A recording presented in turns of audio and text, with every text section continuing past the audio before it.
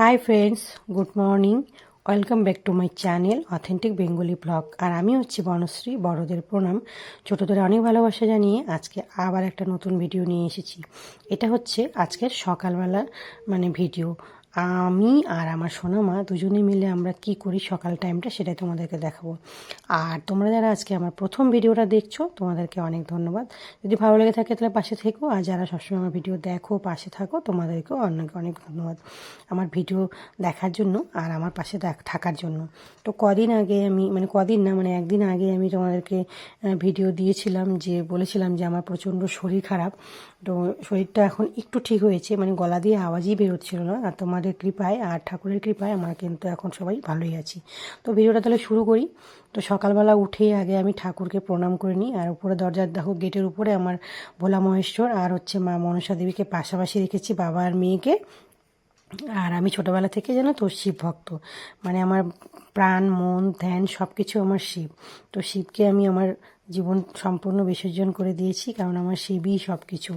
তো সকালবেলা উঠে প্রণাম সেরে তখন প্রথমে গেট খুলে নিই, তারপরে হলো আমার জানালাগুলো খুলে নিই। তো আমার ঘরে হচ্ছে 4টে রুম, তার মধ্যে এই রুমটা না সকাল সকাল রৌদ্র ঢুকে পড়ে। আর আমি সকালবেলা উঠে গেট খুলে আগে এই রুমটা খুলে ফেলি, আর তার সঙ্গে জানালাটা খুলি। সকাল সকাল এত সুন্দর একটা রৌদ্র ঘরের ভিতরে প্রবেশ করে, তার সঙ্গে একটু হাওয়াও হয়, খুব ভালো লাগে। আর সকালবেলাটা দেখো, ঘুম থেকে উঠেছি, আমার মুখটাকে একটু দেখে নাও যে আমার মুখটা কতটা ফুলে গেছে। সকালবেলা টাইমটা বুঝি না, ঘুম থেকে উঠলে আমার মুখটা কেমন ফুলে থাকে। তো সেই জন্য তোমাদেরকে একটু দেখালাম। তার মধ্যে শরীরটাও ভালো নেই, এদিকে পা কেটে গেছে, তার সঙ্গে আমার সর্দি জ্বর কাশি, অনেক সমস্যা। তার মধ্যে মেয়ের স্কুল খুলে গেছে। তো তারপরে দেখো সকালবেলার আমার সব কাজ শেষ করে আমি চলে গেলাম এখন হচ্ছে রান্নাঘরে, চা বসিয়ে দিয়েছি। আর এদিকে সোনামাকে ডাকাডাকি করছি, কারণ স্কুলে যেতে হবে, দেরি হয়ে যাচ্ছে। ওকে সে ডাকতে ডাকতে না অনেকক্ষণ ধরে ডাকি, তারপরে গিয়ে ওঠে। আর সকালবেলা এদিকে আমি 1 গ্লাস প্রথমে জল খেয়ে নিই, তারপরে চা বসিয়ে দিয়ে কিন্তু সোনামাকে ডাকতে থাকি। কারণ সোনামা ঘুম থেকে উঠে ও কিন্তু প্রথমে চা খাবে, তারপরে ও হচ্ছে চা বিস্কিট খাবে, তারপরে হচ্ছে ভাত খাবে। তো এটুকুই খায়, তারপরে ভাত খাওয়ার টাইম হয়ে যায়, তার মধ্যে আড়িমুড়ি করতেই থাকে। তো সোনামার এইভাবে আড়িমুড়ি দিতে দিতে অনেকক্ষণ লেগে যায়। তারপরে সোনামাকে হচ্ছে ডাকি, তারপরেও ওঠে না। তারপরে দেখো আমি লাইট জ্বালিয়ে দিয়েছি, আমি বলে যাচ্ছি ওঠো ওঠো ওঠো। তারপরে ও উঠবে, উঠার পরে জানো তো তারপরে কি করবে, আমার কোলের মধ্যে উঠে বসবে। তোমাদের ঘরে কি বাচ্চারা এমনটা করে? আমার ঘরে করে, জানো তো কী করে। আমার ছেলে যখন ছোটো ছিল ছেলেরাও এমনটাই করতো।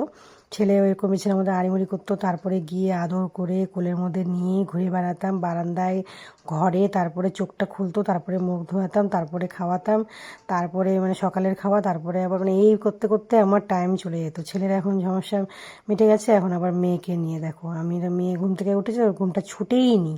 ও একদম দেখো আমার ঘাড়ের মধ্যে সে এটে শুয়ে আছে, তারপরে আবার পারলে আমার কোলের মধ্যে উঠে পড়ে উঠে যাচ্ছে। তো আমি তার মধ্যে ভিডিও করছি, তো কি করব, শেষমেশটা ওকে কোলে নিলাম। কোলে না নিলে তো আবার ঘুমটা ছুটবেই না। তো আমার কথাগুলো তোমরা সবাই ঠিকমতো বুঝতে পারছো কি না, কারণ আমার নাক এখনও বন্ধ হয়ে আছে আর গলা এখনও ব্যথা কিন্তু অল্প করে আছে। তো ওষুধ খেয়ে অল্প একটু কমেছে, আর কথাগুলো কিন্তু এখনও স্পষ্ট আসছে না। তো সোনামাকে এখন এই কোলে করে নিয়ে একটু বাইরে ঘুরবো, তারপরে গিয়ে ঘুম ছুটবে, তারপরে মুখ টুকগুলো ধোবে। আর ওদিকে আমার চা কিন্তু হয়ে গেছে। আর সোনামাকে আমি চা দিই, তার সঙ্গে বিস্কিট দিই। ও চা খায় না, শুধু বিস্কিটটা চুবিয়ে খায়, ওইটুকুই করে, আর কিছু খায় না। কারণ আধা ঘন্টা পরে ও আবার ভাত খেতে হবে, কারণ স্কুলে যাবে। আর সকালবেলাটা অনেক দেরি করে ও ওঠে, সেই জন্য সকালবেলা উঠেই বেশি কিছু খেতে পারে না। সেই জন্য সকালটা আমি হালকা খাবার দিই, তারপরে বিস্কিট আর জল খায়, তারপরে তখন আধা ঘন্টা পরেই তো আবার ভাত খায়, আমার স্কুলের টাইম হয়ে যায়। এত দেরি করে ওঠে না, সেই জন্য খিদেটাও ঠিকমতো পায় না। তো ওর মুখ ধোয়া হয়ে গেছে, তার ফেভারিট দেখো বিস্কিট নিয়ে এসেছে, টোস্ট বিস্কিট। তো ওর যেগুলো যেগুলো বিস্কিট ফেভারিট সেগুলোই ওর পাপা ওর জন্য নিয়ে আসে। তারপরে ও মুখ ধোয়া হয়ে গেছে, মুখ মোছা হয়ে গেছে, কিন্তু সব কাজগুলো একাই করে ছোটোবেলা থেকে। কিন্তু আমার ছেলেকে না ঠিক উল্টো ছিল, ছেলেকে সব কিছু করে দিতে হতো, মুখ ব্রাশ করে দিতে হতো, মুখ ধুয়ে দিতে হতো, তারপরে চুল আঁচড়ে দিতাম, ড্রেস চেঞ্জ করে সব কিছু আমাকে করে দিতে হতো। অনেক বড় হয়ে গেছে তবুও করে দিতে হতো। কিন্তু মেয়ে যখন ও বুঝতে শিখেছে 3-3.5 বছর, তখন থেকে না ও নিজের কাজগুলো নিজে একাই করে। তো দেখো ও কিন্তু নিজে নিজে বিস্কুটের ডাব্বা নিয়ে এসে বিস্কুট বের করে নিল, তারপরে আমাকেও দেবে। আর সর্বপ্রথম কথা হচ্ছে ওকে আমি হাফ গ্লাস, আগে ছোট একটা গ্লাস আছে ওটা ওর গ্লাস, ওই গ্লাসে করে আগে জল দিয়ে নিই। ও ঘুম থেকে উঠে সবার আগে আমিও এক গ্লাস জল খাই, তারপরে ওষুধ খাই, তারপরে ও কিন্তু এক গ্লাস জল খায়। তো এদিকে আমি চা বসিয়ে, চা হয়ে যাওয়ার পরে আমি কিন্তু এদিকে সকালবেলা ভাত বসিয়েছি, তার মধ্যে আরও মানে কী খেয়ে যাবে সেটাও আমি বসিয়েছি। এদিকে এই করতে করতে কিন্তু 9:30টা বেজে গেছে। তো কতটুকু পড়বে, আধা ঘন্টা হয়তো পড়বে। তো চা খাওয়া হয়ে গেলে ও কিন্তু পড়তে বসবে। তো চা খাওয়া শেষ, তারপরে তখন ও কিন্তু একটু পড়তে বসবে। তারপরে আমি এদিকে রান্নাগুলো সারবো, এই ফাঁকে ও নিজে নিজেই পড়াশোনা আবার করবে। আর যেদিন স্কুলে যায় না সেদিন কিন্তু ও গান করে, যেদিন স্কুলে যায় সেদিন আর গান করার টাইম হয় না। তো আমার কাছে একটু আদর খেয়ে নিল, তারপরে এখন ও পড়াশোনা করবে একা একা, আর আমি এখন গিয়ে এদিকে রান্নাটা করব।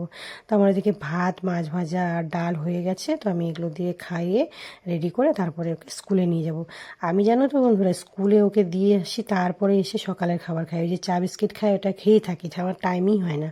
তারপরে এসে আবার রান্নাবান্না সেরে স্নান টান, হয়তো কোনো দিন স্নানটা হয় না, আবার চলে যাই, কারণ 1:30টার মধ্যে ছুটি দিয়ে দেয়। তারপরে আবার নিয়ে এসে তারপরে আবার স্নানটা করি, মানে এইভাবে আমার দৌড়াতে হয়।